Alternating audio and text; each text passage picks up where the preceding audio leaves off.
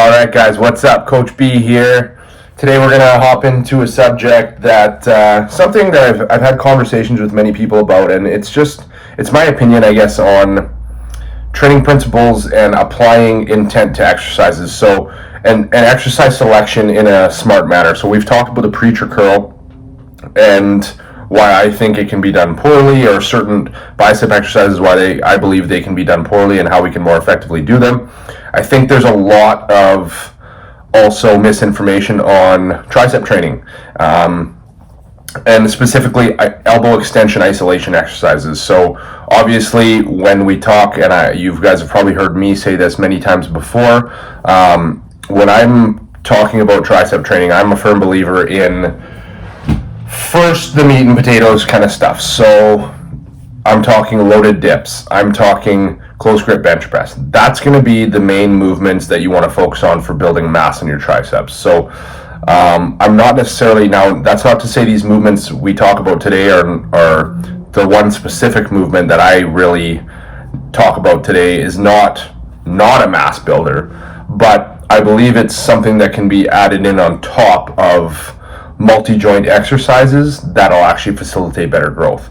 If you're pressing heavy, and I'm talking overhead pressing, incline bench pressing, decline bench pressing, flat pressing, whatever it is, if you're pressing very heavy and focusing on progressively overloading those movements over time, you're going to develop some good triceps from pressing strength going through the roof. If you can find me somebody that can bench press like 400, 500 pounds for reps that has tiny little triceps, I will be absolutely shocked. Chances are you won't see it.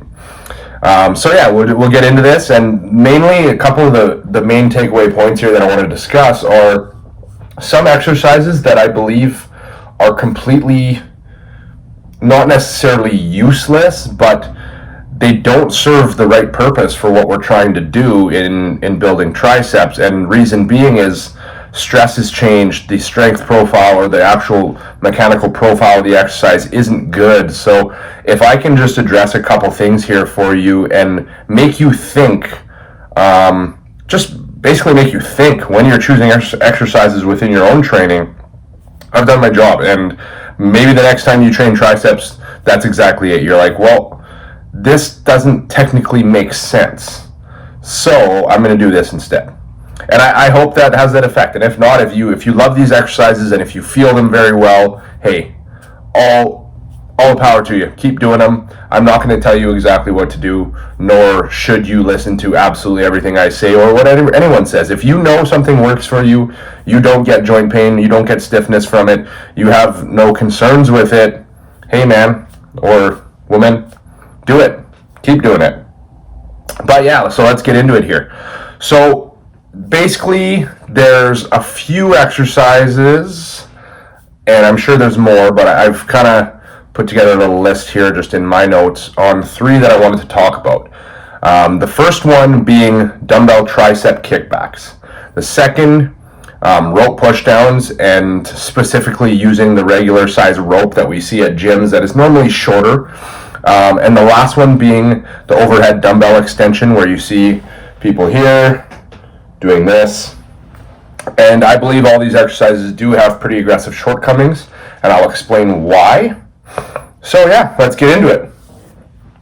So firstly, I want to talk about the dumbbell tricep kickback. So when we're basically bent over a bench or something here, we hold the dumbbell here, and we're doing this motion. Now, yes, this is elbow extension. This is a tricep dominant movement, okay? So, the resistance profile on this movement is one of the biggest problems. Now, when I say that, I guess I'll go back here and show you. Reason being, because when you're in this position, the tricep is lengthened here, but ultimately with a dumbbell, there is not a lot of mechanical tension or strength required to move the dumbbell here. So you could take a very, very heavy dumbbell and still be able to perform this motion. Now, as you get to here, and from here to here, this is where the movement is hard, and this is where the most tension is placed on that tricep in the shortened position. So if you use that heavy dumbbell, you're going to require many more stabilizers to hold the arm in position and hold the humerus at the angle you want, so that you actually are stimulating that tricep maximally in the fully shortened position. But it's going to be so heavy trying to hold and stabilize that humerus in that position that you're actually not going to be able to get to full lockout. So you're going to miss a portion of the range there if you take that movement heavy. So A, the stability of the joint is completely sacrificed for the movement, and B, your range of motion, if you're trying to go heavy, is going to be limited. Now, if you use a light dumbbell, you can kind of counteract this, because you can get full extension and fully shorten that tricep. And yes, at the fully shortened range here, it's going to be hard, and it's probably going to be hard from here to here.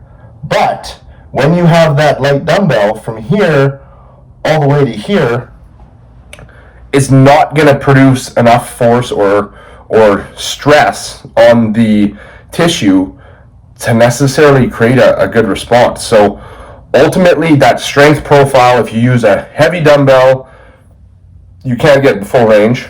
And if you use a light dumbbell, so you, can get full range, you're absolutely not going to have enough stress through the first half or 3/4 of the movement to actually get a lot out of it. And that's one of the reasons why I personally don't think this movement is beneficial to growth. Now, a simple substitution here is performing it with a cable. If you do so with a cable and the line of force is coming from in front of you, the tension on the tricep is going to be even basically throughout. Because now you look at the moment arm and all these different things come into play, and basically, it's going to completely alter that exercise. Is it absolutely the best? No, but I still think it's a much better option than performing it with a dumbbell. Alright, so now I'm just going to, not necessarily bash, but I'm going to point out some flaws with our traditional rope pushdown, especially when we talk about what most commercial gyms have with the short ropes. So when we use a short rope and we perform a rope pushdown, there's a couple things that need to come into play, and this is basically not even just the short rope. The first point I'm going to make is not even just addressing just the fact we're using a short rope. So any standing rope pushdown or standing tricep pushdown, if you're using a very heavy load, you're going to have to stabilize with your core. And sure, you're getting some core work by stabilizing, but is that the purpose of the lift? No, the purpose of the lift is to stimulate the triceps maximally and stress the triceps maximally. So right there is one potential pitfall. Now, I realize there's a lot of other movements that we incorporate this with, so take it for what it is, but stabilizing the body when the loads are heavy can be a drawback of a traditional pushdown for triceps. Now, the biggest one, this one does come into play when we're talking about just using a short rope that most commercial gyms have, is when you're performing that push down and you're here and the rope is here, well, the handle generally only comes like that far. So in order to actually fully stimulate the tricep and get out to here, if this is my natural arm path, what do I have to do if that rope's short? As I come down, I have to internally rotate at the shoulder joint. So my shoulders are being taken from here in my natural arm path to here in order to complete that range of motion. Now, does the tricep have any effect on internal shoulder rotation? No. The triceps roll is not internal shoulder rotation. So right there, that is a loss of efficiency, or a kink in the chain, we might say, where energy is being applied outside of what we want it to be doing. And that's essentially why my biggest flaw that I find with a traditional rope, short rope push down. Now, a simple fix to this is taking 2 ropes, fully lengthening them, and holding them so you are performing this in your natural arm path. Now, there's going to be, if you look, I can keep my shoulders retracted and in a strong position and not have to internally rotate here in order to push down. So when we also look with the rope push down, we also have, with that short rope, rotation at the wrist joint. Okay? So when we're doing the rope push down at the bottom to maximally stimulate the tricep, essentially, and a lot of people tell us to do this, we rotate the wrist in conjunction with internal shoulder rotation. So not only are we required to apply force to push the rope down, but we're also required to apply force to separate the rope. So if you think about that stack, and let's say you have 20 pounds on it and you're pushing down, you might in theory think, okay, well, each arm is doing 10 pounds of work.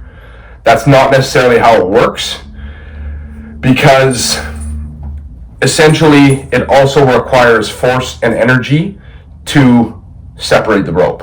So it's not an even distribution of 10 to 10, and that's where I can't even personally get into that. That's where trigonometry and angles and all this crazy stuff comes into place. But essentially just think about that there's more at play when you start having stabilizers and start incorporating other muscles and basically stressing joints. That's one of the biggest things, is we're putting unnecessary stress on some of our joints, being our wrist joint, our shoulder joint.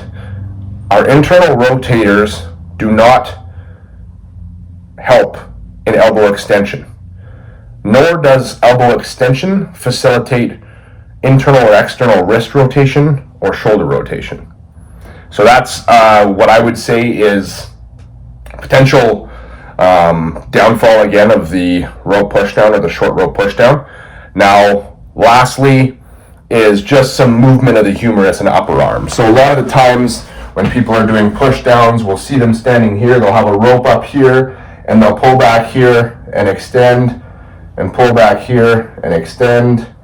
Now, one might argue that this can be beneficial in a controlled manner, because to actually fully shorten the long head of the tricep, we have to essentially kick that upper arm back, because it assists in abduction of the upper arm. So right here, if you just squeeze your tricep and then kick it back, you'll feel a greater contraction right on that long head of the tricep for sure. But bringing the upper arm forward and allowing some shoulder flexion and using momentum to move that weight is not essentially going to contribute to more stress on the triceps. So again, not having that humerus in a fixed position can be a downfall of that.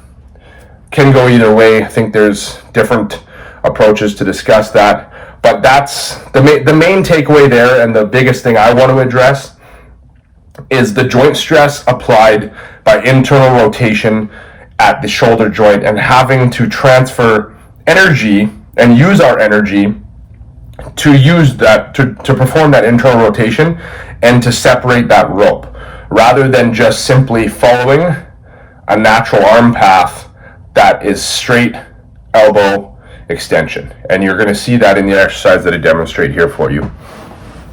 So lastly, like I mentioned, I want to talk about the overhead dumbbell tricep extension, specifically bilaterally, so performing one dumbbell with both arms. We have 2 arms, so when we use one dumbbell and we're performing an overhead extension, naturally, if I was here and do this, naturally my hands want to separate. So going back to the natural arm path we were discussing, this is the movement my hands want to make. Now, if you have a dumbbell here, again, what do we have to do in order to get here and keep holding that dumbbell? Well, you essentially have to take that shoulder again into internal rotation, because I can be here, but in order to get here, I have to internally rotate at the shoulder joint. So again, we're putting our joint into a heavy stressed position, not the safest of positions, and we're transferring load from the target muscle to joints and stressing those joints unnecessarily. Basically, the movement takes the force and transfers the force of the hands, which are trying to move apart at the elbow joint, and it transfers that to the elbows, essentially. So there's like I said, in this exercise particularly, I really don't like it. Just my personal opinion. I think there's way better approaches to tricep training. A simple solution for this one, honestly, is to perform the movement unilaterally. So if you take one dumbbell and you're here, what's the issue? We don't have shoulder internal rotation. We're not trying to place our movement pattern into a fixed path that our body doesn't necessarily want to take. So yeah, that's the main point of that one. With this exercise specifically, I've seen it time and time again. I've heard it time and time again. There's a lot of people that get the onset and lots of inflammation in the elbow joint from this specific exercise, or even from doing any tricep focused movement, like even skull crushers a lot of the time, on a fixed bar path, just because sometimes our movement mechanics don't want us to be in that position, and forcing yourself to be in a position, much like I talked about in the dumbbell preacher curl post I made, is gonna not be beneficial on the long-term health of your joints. So consider that when you're picking your exercises. Yes, it might be the cool thing to do. You might see the big guys doing it, the guys on Instagram banging them out, but again, you need to find exercises that fit your profile the best. And that's one of the things I really like about the exercise I'm going to demonstrate here shortly, is you can adjust and make some tweaks to it to really fit anybody's profile. So the intent behind using that exercise would be thought out. And now, can you say the same about something like an overhead dumbbell extension? Well, you might say your intent is to grow triceps, but you're also stressing the shoulder joint, elbow joints, and doing so and stressing the triceps inefficiently. So if we can do that much more efficiently, in my opinion, that's what we want to do. So the exercise I'm going to chat about now is basically a lying dual cable tricep extension. It is 100% a straight up isolation exercise. All we are focusing on is elbow extension, so extension from the elbow joint, which is exactly the role the tricep plays. And essentially, if I was laying down and had a cable on either side of me here, this is what the movement's going to look like. And you'll see it here in a minute. I'm going to put a demonstration video up for you here after I chat about it a little bit. So a couple benefits of this exercise that I'm going to demonstrate here. If we consider all the things we just talked about with the row push downs, the overhead dumbbell extension, the dumbbell tricep kickback, there's a few commonly occurring themes. Stability is one. So with the kickback we talked about, you have to stabilize that upper arm in order to perform the movement. So there's a lack of stability there. In the push down, essentially you have to stabilize using your upper body when the loads become heavy. And also another major factor that overlaps with a lot of them is joint stress. Now this movement specifically, the lying tricep extension, is gonna basically take both of those out of the equation. It's gonna minimize the stress in the joints because everything's in a fixed position that follows our natural movement patterns or our natural arm path per se. We're not going to have that internal rotation at the shoulder joint. We're not going to have rotation at the wrist joint. Basically, everything is going to line up perfectly the way we want it. And then there's going to be no real stability required because we're using the floor as a base to stabilize against us. So nothing is essentially, there is no wiggle room, nothing is moving except for the elbow or the forearm from the elbow joint due to our elbow extensors, which is our triceps. Yeah, so that's basically it.